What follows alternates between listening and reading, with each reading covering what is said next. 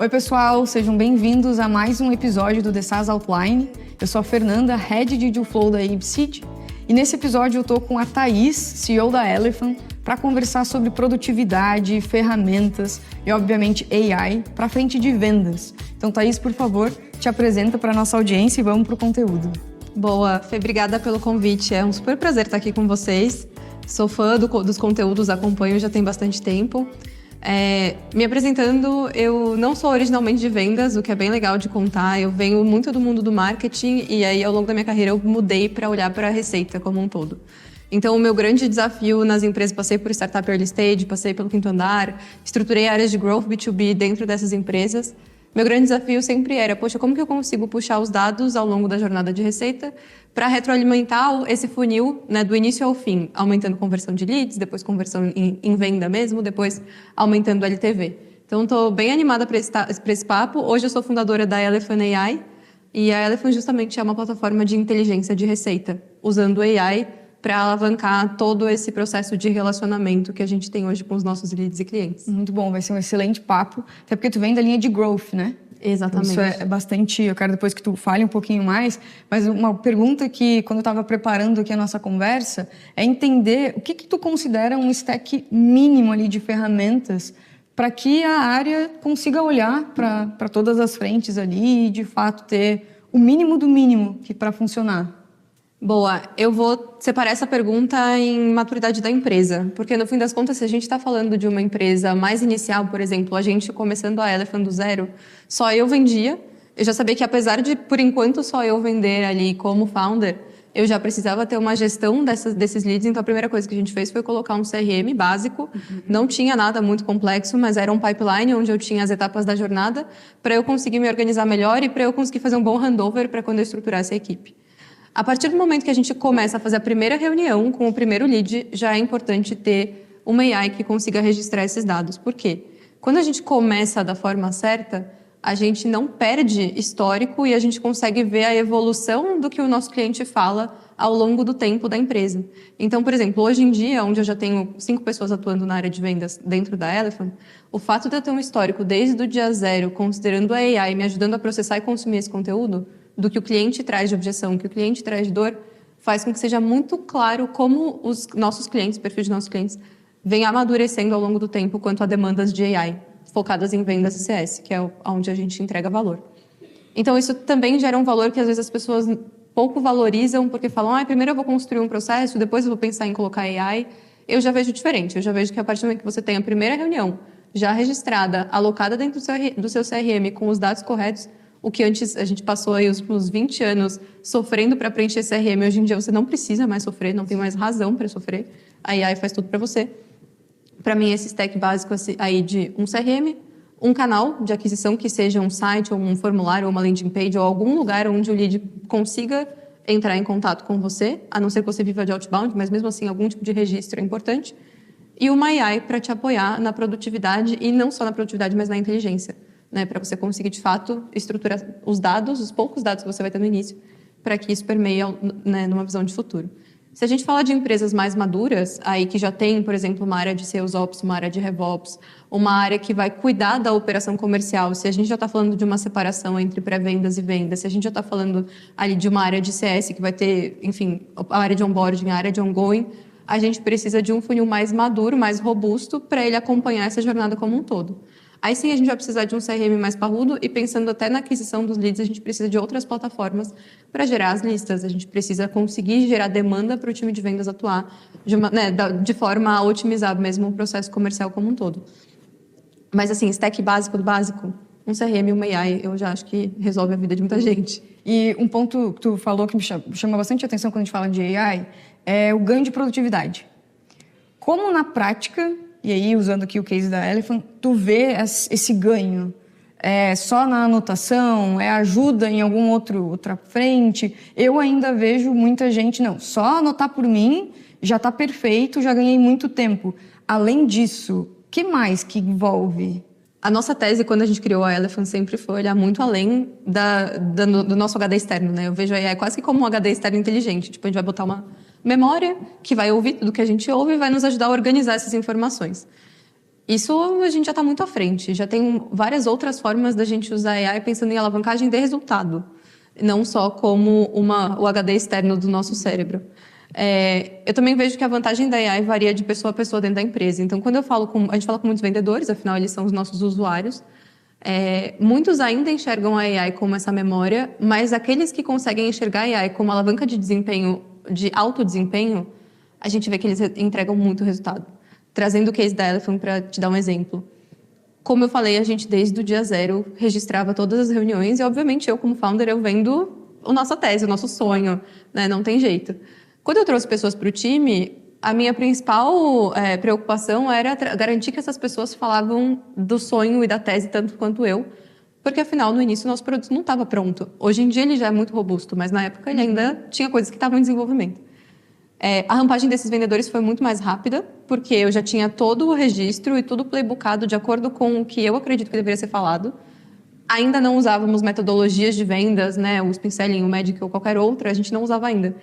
Mas para passar um treinamento mais robusto de forma a eu não ter que dedicar muito tempo treinando o time, isso já resolveu muita coisa. O onboarding, assim, primeira coisa, eu tomo aqui toda a minha biblioteca mental de calls. Exato. E estuda aqui, vamos mantendo também um one-on-one, mas tá aqui o conteúdo. E aí separa, né, as calls de leads que ganharam, que foram uma boa negociação, das calls ruins.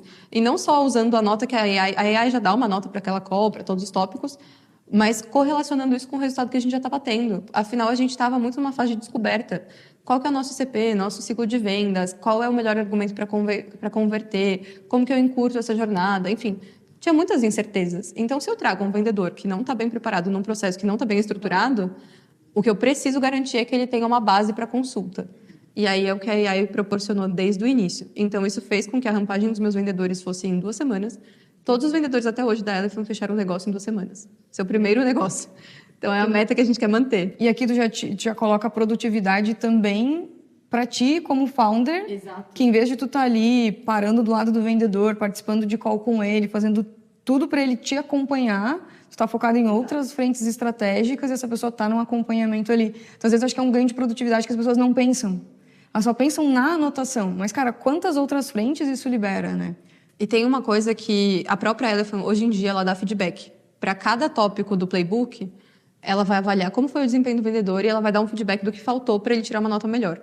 Se a gente consegue construir uma cultura interna onde eu cobro o resultado do meu time e eu dou a ferramenta para ele se autodesenvolver, para mim esse é um ganho de produtividade muito maior do que simplesmente fazer anotação e mandar para o CRM. Claro. Porque hoje eu consigo cobrar a melhoria do desempenho dos meus vendedores, eu consigo ser objetiva no feedback com eles, então eu sei exatamente o que eles podem melhorar e como eles podem melhorar, eles também já sabem. Eles não dependem de olhar uma nota e falar, putz, sei lá, nesse tópico aqui de investigação da dor do meu lead, eu não estou indo tão bem e eu não sei o que fazer para melhorar. Eu vou esperar o one-on-one daqui a 1 semana com o meu gestor ou minha gestora para eu saber o que eu vou melhorar. Não, a AI já diz para ele o que ele tem que fazer, o que ele tem que melhorar em cada negociação. Outra coisa que a AI já faz, que pouca gente aproveita, ela te indica pontos cegos, entre aspas, daquela negociação. Por exemplo, quais das objeções que o cliente te trouxe podem virar um motivo de perda? A Elephant já faz isso hoje com o produto que a gente tem. Então, eu consigo direcionar o olhar do vendedor para cuidar dos riscos daquela negociação. Como a gente está falando de vendedores que tratam N leads por dia, por semana, ele não consegue ter esse nível de criticidade com cada um. Então, aqui a gente está falando muito mais de ter um olhar crítico para a negociação que eu vou tocar. E depender menos do suporte do gestor, de outras pessoas ali envolvidas. Ela entra como um assistente mesmo. Ela entra muito naquela frente que a gente vê muitas pessoas falando, mas às vezes é difícil de ver na prática, que é a AI te ajudando a liberar tempo para que tu use a parte humana, que é como que eu vou mitigar esse risco, que pessoa que eu vou envolver nesse processo. Poxa, eu não percebi isso aqui, mas a AI está me dizendo que talvez isso trave porque eu não percebi tal informação. E aí, aí a gente sai do ganho de produtividade, a gente vai ganhar tempo aqui, mas a gente vai numa outra linha de AI te ajudando a ser mais estratégico. Isso. Para mim, eu saio só da camada de produtividade, a gente vai para o nível de eficiência. Então, eu vou usar de forma eficiente os recursos que eu tenho, tanto o investimento em software, porque AI tem custo, quanto o investimento em pessoas. A ideia é que eu consiga tornar aquelas pessoas do meu time o mais produtivas possíveis. E às vezes as pessoas falam, a AI vai substituir o ser humano. Se você mantiver os bons seres humanos ali no seu time, der AI para eles trabalharem de forma estratégica, né, ensinando eles a usarem, não só como uma memória, mas como uma alavanca de eficiência, eles ganham mais comissão, a empresa vende mais, o lead vem mais quente, vai para o CS mais redondo, o handover é muito melhor. Outro exemplo, hoje na Elephant a gente não faz handover de vendas para CS. Eu ia te perguntar, É tudo AI. Dá um pouco mais de entendimento sobre essa parte, porque ainda a gente vê processos quebrados. AI é só para vendas. CS vai fazer alguma outra coisa, usa outra ferramenta, às vezes não usa nada. E esse handover entre área, tu perde muita informação importante que atrapalha o first value do cliente logo depois do onboarding. A gente puxa muito até de uma visão meio de pré-vendas, assim, porque quando você faz uma qualificação de um lead, você garante que o vendedor recebe as informações que ele precisa receber. Você preenche lá os campos, você preenche o que precisa ser dito. Como a Elephant já preenche os campos, o que a gente fez para otimizar a passagem de bastão? O meu CS já tinha uma pergunta crítica para fazer no onboarding, que é: qual que é o seu norteador de sucesso? Qual é a métrica objetiva que a gente vai mapear no início do seu onboarding para que depois que o onboarding terminar, a gente acompanhe como essa métrica ou essa dor específica se movimentou.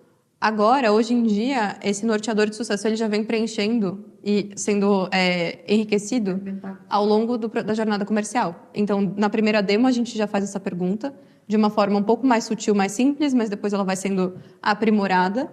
O lead já chega redondinho no HubSpot, a gente usa HubSpot, do CS, né, no pipe de CS, com essas perguntas respondidas. Aí, quem que é o decisor? A AI já indica, porque no registro das reuniões já está lá previsto.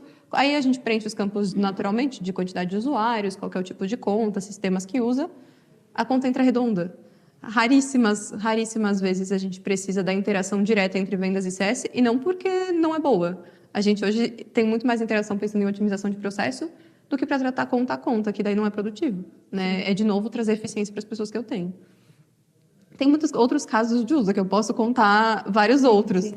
Mas, assim, para amarrar um pouco, para mim o mais valioso é construir uma cultura onde você incentiva o seu time a usar a AI de forma estratégica e não faça só com que o gestor use os resultados da AI e o vendedor só use para gravar uma reunião, porque se for isso já virou commodity e não faz sentido. E você garantir que você oferece o stack já aprimorado, porque, querendo ou não, a AI é adaptável a qualquer coisa. Então, se você conseguir botar 15 minutos, 20 minutos de alguém, do gestor ou dos seus autos do RevOps, para customizar a AI que você contratar, no caso da Elephant, é 100% customizável para o seu processo, para o seu playbook. Se você fizer uma boa customização, e aí, obviamente, nosso time de CS apoia e tal, a tendência é que você consiga resultados muito bons. E aí a gente tem resultados com os nossos clientes. Já tive cliente que verbalizou aumentar 4 vezes a taxa de conversão em 6 meses de uso de plataforma. É muita coisa para um B2B. Né? Redução de ciclo de vendas. A gente já viu aí redução de 20%, 30% de ciclo de vendas. Tempo de preenchimento de CRM, o que aí sim a gente fala só da produtividade, mas também entra a qualidade desse preenchimento. De 40 minutos para 10 minutos, para 5 minutos, muitas vezes, que às vezes você vai conferir alguma informação. Tem muitos benefícios que vão além da memória. E é legal trazer esses pontos, porque até pouco tempo atrás era, ganha produtividade, mas como que isso se transforma em receita? E aí, quando tu tens esses cases de, a partir do momento que implementou, que ajustou todo o processo, parametrizou, a gente teve 4 vezes aumento aqui, 40% redução de não sei o que lá, fica muito mais claro o quanto é necessário, ainda mais no mundo cada vez mais acelerado, com mais coisas novas, ter uma boa ferramenta, aprender a usar muito bem essa ferramenta, que eu acho que esse é um outro ponto também, né? De, não funciona para mim, o meu time não se adapta tão bem. Queria que tu trouxesse um pouco sobre como que isso muda a cultura também, né? Porque tem operações que nunca usaram nada, acham às vezes até que não precisam, começam a usar e falam, caramba, mudou toda a minha operação. Aconteceu isso também? Tens algum caso desse? Ou como que tu vê essa parte cultural também? A gente tem alguns níveis de maturidade de clientes. Os clientes que já têm uma certa maturidade de processo, geralmente eles vêm com um processo em doc, né? Ou numa planilha ou num documento. E aí o nosso papel é pegar esse gestor e apoiá-lo a tangibilizar aquilo numa AI, né? Transformar o que era um processo escrito em prompt, basicamente. Isso é um ponto bem crítico que a gente apoia de forma muito perto, porque se o cliente já vem com um processo escrito, já é 90% do caminho andado, basta só fazer um depara. Se o cliente não tem... E aí, por que eu estou falando isso? Né? Porque quando o cliente tem um processo escrito, o gestor ele já sabe o que ele vai cobrar do time. Quando o gestor já sabe o que vai cobrar do time, A diferença é ele cobrar um nível mais facilitado daquela execução, porque o time já vai ter stack para fazer acontecer. Então, a previsibilidade e o alinhamento de expectativas do que eu, como gestora, cobro do meu time é muito mais claro. E aí, o time gosta porque o gestor oferece um sistema que vai apoiá-los a fazer algo difícil. Então, pensando em cultura, se você já tem um processo bem desenhado, se você já tem um playbook, se você já segue alguma metodologia, se você já sabe o que cada pessoa do seu time tem que fazer em cada etapa da jornada, a entrada da AI é muito bem vista. Todo mundo gosta, todo mundo quer usar, porque geralmente ela facilita muito a vida numa cobrança que antes era bastante robusta, porque eu tenho uma metodologia a ser seguida, mas eu tinha um desafio para o time conseguir executar aquilo. E aí o time se frustra, porque ele sabe que é bom, mas não consegue fazer. Quando a gente tem esse cenário, a cultura é muito legal de ver, assim, tipo, os vendedores gostam, eles dão feedback positivo, o nosso NPS vai para a lua, é muito legal. Muito legal. Quando a gente tem um cliente que tem menos maturidade, aí o gestor vira para a gente e fala, putz, mas eu não sei, eu só preciso saber o que os meus vendedores estão falando.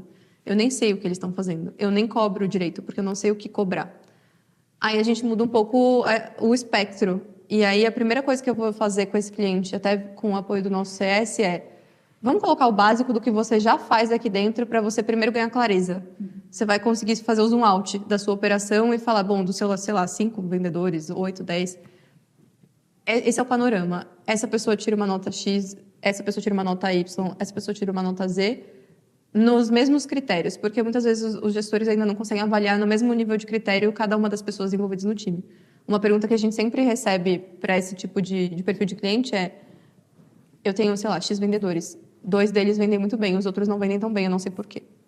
Esse é clássico. E aí, aqui, a primeira coisa que a gente vai fazer é um processo de descoberta, e a AI vai te apoiar nisso.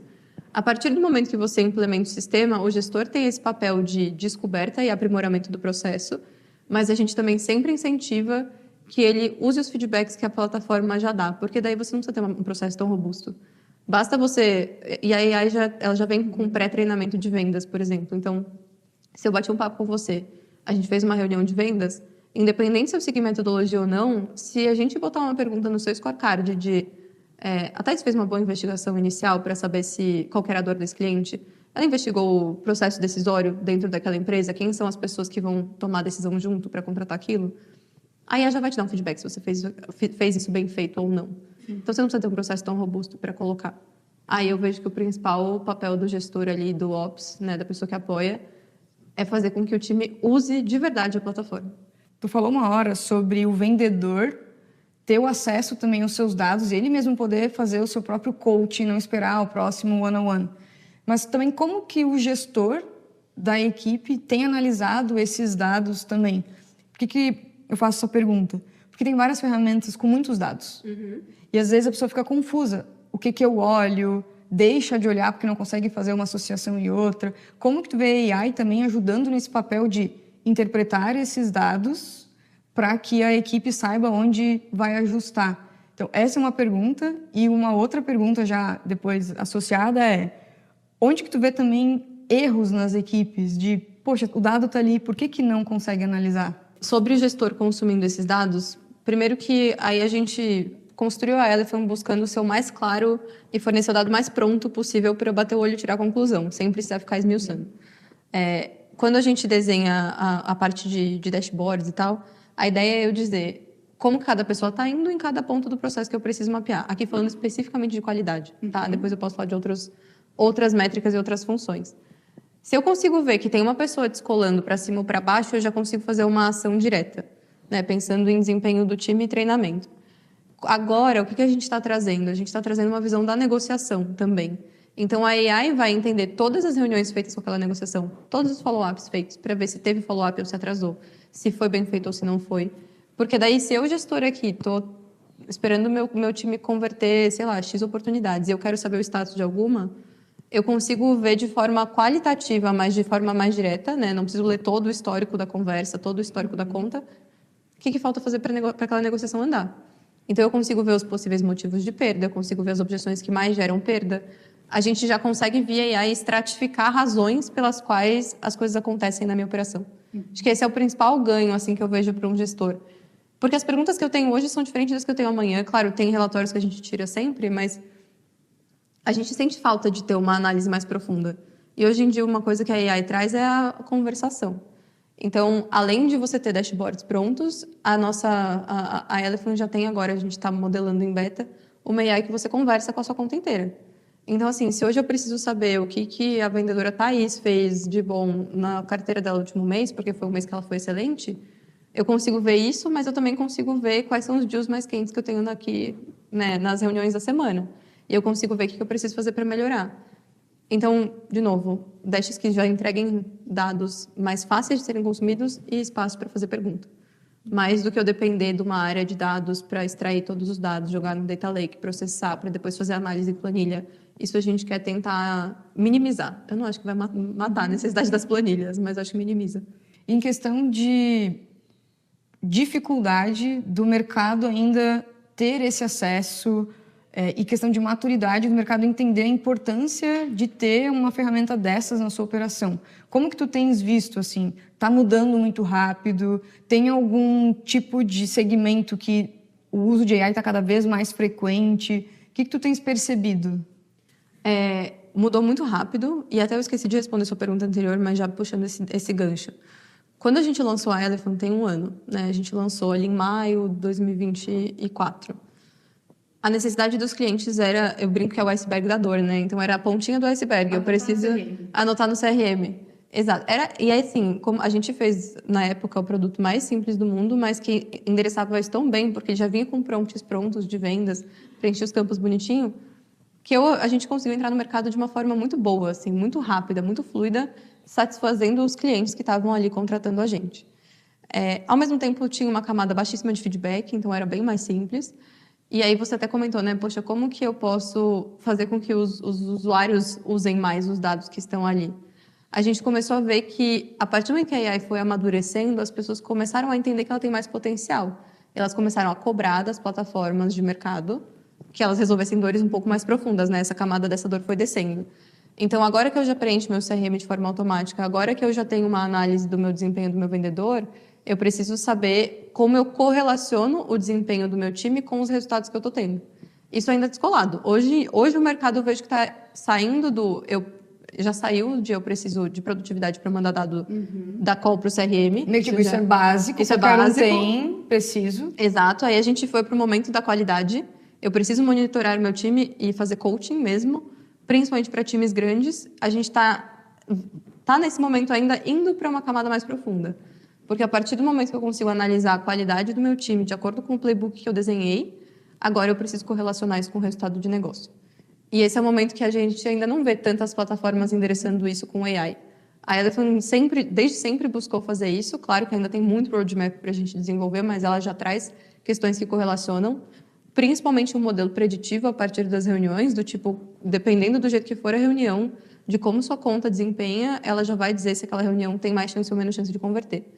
E aí isso é até legal porque se o vendedor recebe 50 leads no mês, trata 50 leads no mês, ele consegue olhar para um nível de probabilidade e ele prioriza mais os leads que vão ter mais chance de fechar. A reunião de forecast, ela já ganha uma outra roupagem muito mais estratégica, porque não é só às vezes tem muito do feeling, né? Não, ele falou, ele está em um processo lá, consegue de fato entender as interações e, isso na verdade não vai virar agora, vai ser depois por causa desse ponto específico. Exatamente. E tem uma outra coisa que a gente vê que agora também as empresas já entendem que não é só a reunião. A gente está vendo esse momento, né, de transição, mas antes era muito eu preciso fazer com que a reunião esteja registrada e a reunião seja avaliada. A gente, inclusive, fala muito sobre isso em conteúdo, né, nos nossos posts, conteúdos ricos, que uma reunião não faz verão, né? Você tem tipo uma negociação inteira para tocar, da primeira reunião até a negociação final.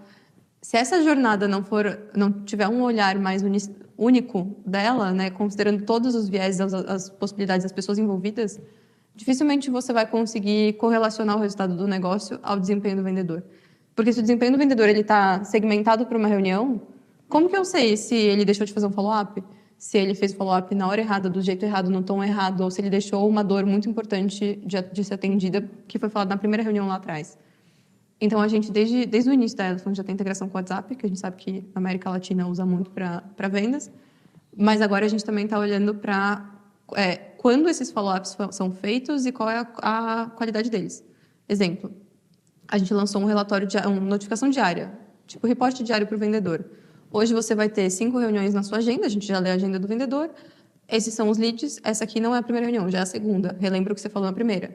Ah, essa aqui é a primeira, esse é o conceito dessa empresa, essas são as pessoas com quem você vai falar. Esse aqui é o histórico profissional delas. E por fim a gente diz, na quarta-feira passada você falou que hoje, que sei lá, é quarta-feira da semana seguinte, você ia mandar a proposta para esse cliente. Essa aqui é a sugestão de follow-up para você fazer, não esqueça. Porque a pessoa não vai lembrar. Ela pode até criar a tarefa, mas aí a vida andou, ela perdeu o timing, ela vai ter que pensar no que escrever. Então a ideia é facilitar mesmo para não perder negócio. E é um ganho de produtividade absurdo, porque não é só saber o que tem que fazer, tipo, tem que falar com a pessoa tal dia, tal hora, mas toma aqui a informação também. Tu tem que abrir o CRM, voltar lá atrás na conversa, às vezes escutar uma chamada de 20 minutos, porque tu não pegou uma coisa na anotação, então isso já está ali. E sobre segmentos, tu vê alguns super despontando, outros ainda que estão mais atrás, e como tu é de growth, lidera movimentos também, o que tu tem visto do mercado nessa movimentação? Tecnologia sempre adota a tecnologia mais fácil, né? Não tem jeito. Então, a gente viu que empresas que já são mais scale-ups ou empresas maiores ali, tipo Big Techs, elas começam a puxar esse movimento da AI e muitas vezes até não porque o time precisa. Uma das primeiras contas que a gente conversou lá atrás, que era uma conta grande, já tinha, sei lá, seus 80 vendedores, e foi uma das pioneiras a implementar AI, o head de Sales Ops, o diretor de Sales Ops virou para mim e falou assim: a gente botou AI aqui, eu descobri uma dor que eu não tinha. Agora que eu descobri que essa dor existe, eu não vivo mais sem AI. E aí eu perguntei, mas como você descobriu? Por que você colocou? Ele falou, foi o conselheiro que mandou a gente botar. Não tinha dor mapeada ainda. Isso lá atrás, tem mais de 1 ano e meio, vai. Então, quando as empresas brasileiras estavam começando a entender o que elas iam fazer de forma mais estrutural com AI. Não só, eu usando o meu transcritor de reunião ou usando o ChatGPT. Depois que essa gama de empresas maiores de tecnologia começou a evoluir e a gente viu que massificou a AI, né? Hoje em dia qualquer um usa AI, é barato, você bota lá qualquer transcritor de reunião, resolve. Aí isso já está, para mim, até as empresas mais tradicionais, elas estão buscando. A gente vê um gap quando a empresa é muito robusta em termos de dados. Aí a gente vê várias empresas grandonas mesmo, enterprise, mas sem AI por conta de questões de segurança. Tem contas que a gente negociou por, sei lá, seus 6 meses. Tem conta que falamos com o diretor de AI global, que eles ainda não sabem como se proteger dos riscos da AI, então trava um pouco o uso interno. É muito aquela analogia do navio, né? E o barquinho. A startup consegue mudar a empresa pequena muito rapidinho, enquanto uma empresa muito grande é muito difícil de conseguir passar por segurança, validar, às vezes com um time internacional, às vezes tem que ser uma ferramenta que seja usada para todo mundo, embora tenha diferenças regionais que não faria sentido. E é muito legal de ver porque é um time que está com tanta expectativa, vendo o mercado inteiro usar e eles não usam. Mas tu vê nesses casos o vendedor fazendo por fora? Às vezes sim. Aí a gente já pegou empresas que, tiraram todos os sistemas externos e começaram a fazer uma política interna. Aí a gente entra numa concorrência, né, enfim, em algo mais institucionalizado. Mas muitas empresas bloqueiam qualquer tipo de acesso. O sistema já bloqueia, daí a pessoa não tem muita chance. Então, ao mesmo tempo, a gente vê que tem pessoas de áreas específicas das enterprises que correm atrás. E elas tentam levantar a bandeira do gente, a gente está aqui ficando muito para trás. Exatamente. Porque antes a gente estava acostumado com um avanço tecnológico de meses, anos. Agora é de semanas. Não dá mais para você esperar. Com certeza você vai perder muito tempo, muito recurso. E a gente sabe que a gente está numa visão econômica de eficiência, né? Então, agora, por isso que essa bandeira está sendo levantada de uma forma mais frequente.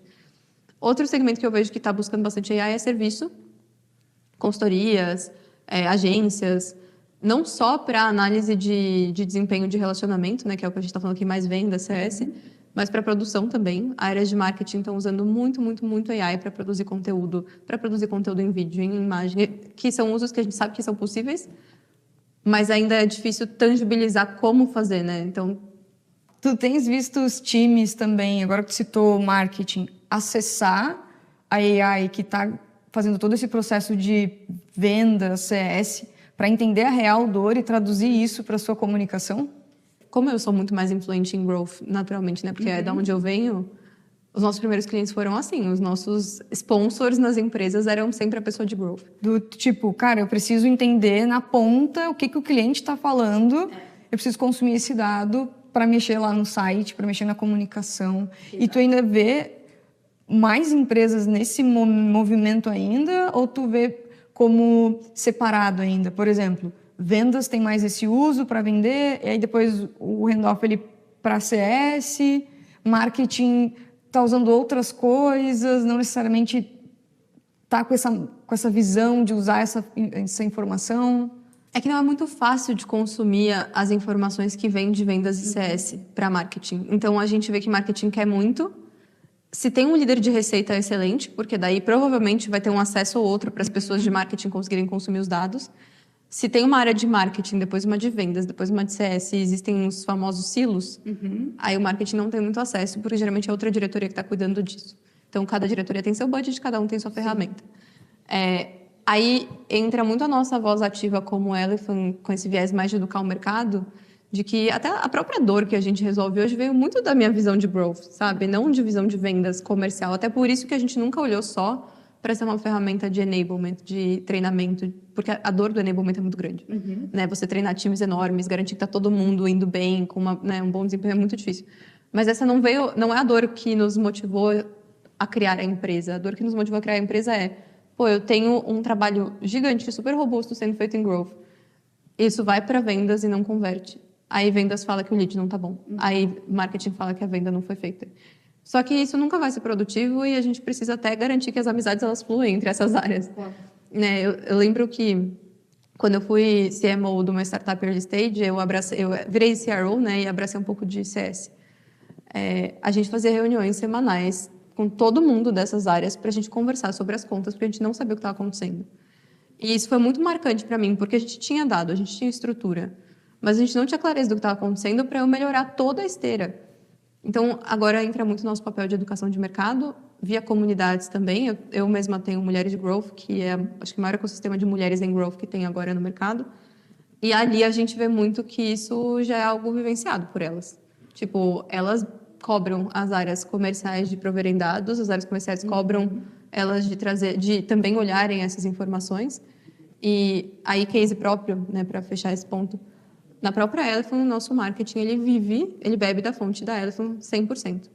Tipo, tudo que a gente faz em vendas e CS é absorvido por marketing de forma produtiva, porque a gente só tem uma pessoa de marketing, que é excelente, mas é uma única pessoa, absorve tudo, processa todas essas informações e todos os nossos conteúdos saem criados das reuniões internas e com clientes. Todos os nossos materiais para venda saem disso, todas as nossas ações de ativação, até de pauta de palestra, eu uso muito palestra em eventos como aquisição. Vem também desse estudo, playbook comercial, a própria forma como a gente otimizou o nosso playbook de vendas também vem daí. Então, assim, é uma fonte inesgotável de riqueza, assim, para as áreas de marketing, que se elas souberem aproveitar, vai ser muito bom. A gente começa pensando, né, em produtividade de colocar as informações no CRM. Depois a gente pensa em qualidade de informações para treinar o time. Aí daqui a pouco a gente já vê que eu consigo fazer a passagem mais clara de um time para o outro, eu perco menos informação, melhora a experiência do cliente. Aí daqui a pouco a gente começa a ver que a gente consegue sim entender toda a jornada e fazer previsões do que pode acontecer com base no nosso processo. Aí a gente entra na parte de onboarding também, que então eu posso treinar as pessoas de uma forma mais rápida, porque eu tenho todo esse conhecimento aqui. Aí daqui a pouco a gente vai para uma linha de, eu tenho um sistema, um produto que entende todas as interações dos clientes e possíveis clientes com a minha linha ali de receita, e isso tudo alimenta a empresa como um todo para gerar conteúdo, para se posicionar para o mercado, para ir em eventos. Eu acho muito legal o jeito que tu foi trazendo o uso de AI, porque não é só o ganhar tempo, é de fato ter um olhar estratégico para toda a operação, né? Com certeza. Tem um ponto até que a gente, de novo, como a AI é maleável, é muito legal dar autonomia para o time usar a AI como eles acreditam que vai beneficiar mais, e a gente incentiva muito isso. O nosso time de CS, modéstia à parte, eles são excelentes, assim, todos eles são muito bons. E uma coisa que eles trouxeram dentro da própria Elephant, que analisa as reuniões deles, é uma análise da AI para a aptidão do cliente de usar cada feature, cada funcionalidade. Porque a gente sabe que a gente está vendendo algo novo. E eu preciso conseguir ter uma visão de maturidade de tecnologia do cliente para eu saber o quanto que esse onboarding vai demandar do time versus o quanto que ele vai ser mais fluido. E aí, nisso, a gente conseguiu amarrar melhor as pontas na área comercial e a gente consegue medir, desde a primeira reunião de onboarding, qual que é a aptidão para cada uma das funcionalidades para eles saberem que eles vão ter que atuar mais forte. Porque a gente já sabe que se o cliente não fizer essas funcionalidades A, B e C, na primeira semana, na primeira quinzena da conta, a chance deles engajar depois é muito alta. Tudo isso porque eles foram criativos no uso da AI, sabe? Então, e é muito estratégico, porque depois eu vou ver meu health score, todas as minhas contas, eu tenho um risco muito mais baixo de de ter um early churn, por exemplo. Sim. E aí, quando tu olha para a receita de ponta a ponta, tu tem o mesmo sistema falando com todo mundo. É muito mais fácil tu analisar e tomar ações. Exato. E sobre tendências, o que tu tens visto, assim, tanto o mercado brasileiro ou o mercado global, quando a gente fala de AI e ferramentas nessa linha, assim, para vendas, para receita como um todo? Vou falar mais de vendas ali, que é onde a gente está mais inserido, porque eu acho que marketing tem um grande mundo de produção de conteúdo que é a parte. Mas quando eu vejo as tendências, a gente sabe que tem muita gente dizendo que papéis vão morrer, né? Profissões vão morrer. Toda semana sempre tem um futurólogo do LinkedIn falando. Eu não acredito nisso, mas eu acho que sim vai ter uma diminuição de necessidade de quantidade de pessoas. Né? Então, se antes eu tinha, sei lá, 15 pessoas num time, talvez eu precise de 7. Isso provavelmente vai acontecer. Provavelmente as pessoas que vão ficar, elas vão ser as pessoas que mais são estratégicas no sentido do seu alto desempenho. Então, aquele ponto de cultura, para mim, é muito importante, porque a gente vai ver empresas cada vez mais enxutas, com cada vez menos investimento para pessoas, cada vez mais cobrança para o uso do sistema e produtividade. Então, isso eu já vejo acontecendo, né? Pensando em mercado mesmo. Pensando em ferramentas, funcionalidades, para mim uma tendência muito grande vai ser cada vez mais os gestores usarem a AI para dar respostas de negócio e menos respostas operacionais, né? Táticas e operacionais. Então, como isso vai ser feito, tem milhões de formas, possibilidades. Os próprios CRM estão trazendo muita AI para você conseguir processar os dados e etc. Mas eu não acho que o CRM resolve por si só. Eu realmente não acredito que ele, por si só, ele vai resolver todos os problemas da jornada de receita. Até porque você precisa ter um processo muito robusto lá dentro e para mexer o processo é difícil, é custoso.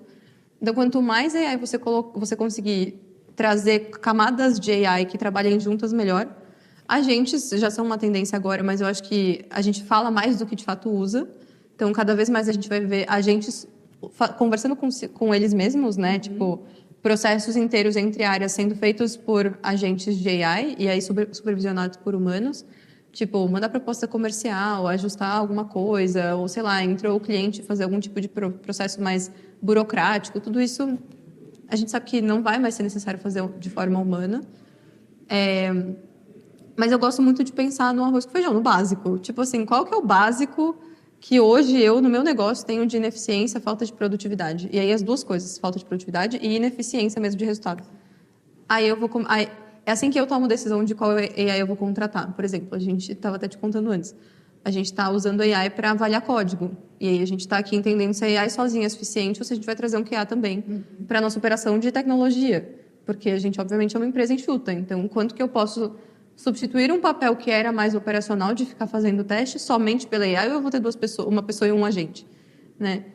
Isso veio de um problema de verdade. E não simplesmente de eu olhar e falar qual é o stack que eu vou ter agora, quais AIs eu vou contratar. Não. Eu olho os meus problemas internos, daí sim eu vou achar a solução. Provavelmente vai ter uma solução com AI para te apoiar ou para resolver 100% do problema. Como que tu vê a fala que é bem famosa até, que nos Estados Unidos eles olham primeiro para ferramentas e depois para pessoas. No Brasil a gente pensa primeiro em contratar pessoas e depois ferramentas. Tu já percebe que isso está mudando justamente por esse ponto de tá vindo AI, tem muita possibilidade, é um custo mais barato do que manter uma pessoa, ou ainda o mercado está muito longe, ainda está tentando colocar uma pessoa ali e achando que não é tão grande assim esse uso? Eu acho que o Brasil, ele busca pessoas, não necessariamente para dentro do time, mas ele busca pessoas para ajudá-lo e ensiná-lo. Então, por isso que a gente tem uma visão muito grande de consultorias, né, de assessorias, de agências. Provavelmente não. Eu acredito que o Brasil já sabe que a AI resolve muitos problemas, mas o como ainda está muito incipiente. Quando a gente olha para o mercado americano, você tem muito mais ferramentas disponíveis do que a gente tem aqui. Você tem muito mais cultura de teste de ferramenta. Até um ponto que foi falado no SaaS do ano passado é o tal do experimental revenue. Ou seja, se eu sou um SaaS, eu não deveria contar com uma receita de longo prazo, pelo menos pelos primeiros 3 meses. Porque nos primeiros 3 meses, principalmente o mercado americano, contrata para testar. a gente toma uma decisão muito mais pensada, muito mais de longo prazo, até eu contratar, porque se eu contratar é para ficar. Ainda não tem tanto essa cultura e até cultura de gestão mesmo, de eu olhar para o meu time e falar, pô, você contratou uma ferramenta e não funcionou. Isso ainda é criticado aqui. E lá é bem visto, né? Contratou, não funcionou, troca. Tem várias opções. Então, isso para mim é uma questão cultural nossa. E aí, por isso, a gente sempre busca o especialista. A gente vai lá atrás da consultoria. O que eu acho excelente, porque geralmente os especialistas eles estão mais focados em estudar o mercado a que ele se propõe a estudar. Então, eu acho que, por um lado, é positivo. O mercado ele vem mais crítico, ele vem buscando mais suporte de pessoas, a gente é um mercado mais relacional. Mas eu também acho que a gente precisa entender que nem toda ferramenta vai servir para a gente e está tudo bem trocar. Está tudo bem contratar rápido, está tudo bem trocar rápido, está tudo bem testar, sabe? E o teste, ele muitas vezes sai muito mais barato do que você contratar uma consultoria, ficar 6 meses com ela, para depois você ver se vai gerar resultado.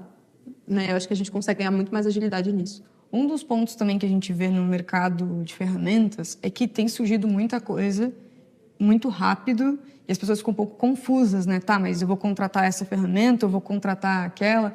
O que tu dirias para os gestores e para os founders que estão nos acompanhando de como decidir o que usar frente às comparações que existem tanto no mercado brasileiro quanto no mercado exterior? O que seria essa validação que eles deveriam fazer?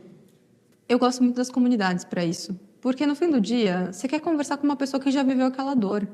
Né? Mais do que... E, claro, você pode estudar, você pode consumir conteúdo, você pode fazer sua pesquisa, você pode testar. Geralmente as plataformas dão testes gratuitos, a gente tem um trial, por exemplo. Mas fala com alguém que está tendo a mesma dor, sabe? Troca entre empresas. E acho que isso é uma coisa muito legal do mercado brasileiro. A gente é muito robusto em comunidades.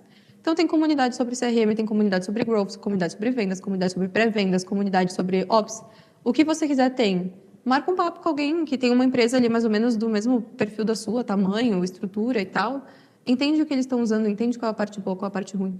A gente cresceu muito estimulando os nossos clientes a falarem em comunidades e participando ativamente de comunidades.